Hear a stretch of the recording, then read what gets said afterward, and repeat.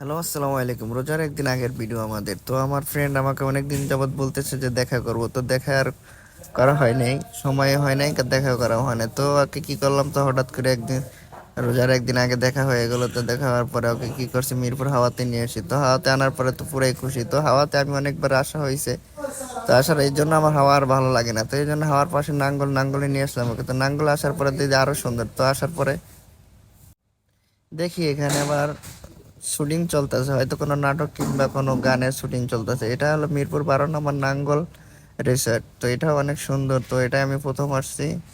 তো আসার পরে তো দেখলাম, ভালোই ফিল করতেছি, এখানে শুটিং হচ্ছে। তো একদিক দিয়ে শুটিং হতেছে আর একদিক দিয়ে আমি ভিডিও করতেছি। তো আমার মাঝে মাঝে ভাবতেছি যে আমি যে ভিডিও করতেছি কেউ কিছু বলে তো অবস্থা খারাপ, ঠিক আছে, কারণ ফ্রেন্ড নিয়ে আসছি। হ্যাঁ, যদি একটা সমস্যা হয় তো তো আবার আরেক বেজাল। তো আমি কি করলাম, পলায় পলায় ভিডিও করলাম। ভিডিও করে তো আমার ফ্রেন্ডও একটু পলায় পলায় ভিডিও করে নিতেছে আর কি। তো ও কিন্তু জানে না যে ওর ভিডিও করতেছে। আর মাঝে মাঝে তাকে আমি বলি, না না ভিডিও করি না, সমস্যা নেই, ঠিক আছে। তো আস্তে আস্তে ভিডিও করতে করতে আমি কি করলাম আর কি, উপরের দিকে উঠতেছিলাম। এখানে 4,000 গ্লাস উপরে, সিঁড়িটা রাউন্ড রাউন্ড করা, অনেক সুন্দর। হয়তোবা মানে রাতে আসলে মনে হয় আরো অনেক সুন্দর লাগতো আর কি, লাইটিং করা মনে হয়তো। আর তো দিনে আসছি তো এই জন্য হয়তো এতটা ভালো লাগতেছে না, কারণ লাইটিং পেয়েও সব থেকে বেশি সুন্দর লাগে। তো যাই হোক, আসার পরে মেসোটারকে জিজ্ঞেস করলাম যে কোনো খাবার টাবার আছে কিনা। তো বলতেছে যে ভাইয়া 5টার পরে ছাড়া কোনো খাবার হবে না। তো আর কি করার, চলে আসলাম।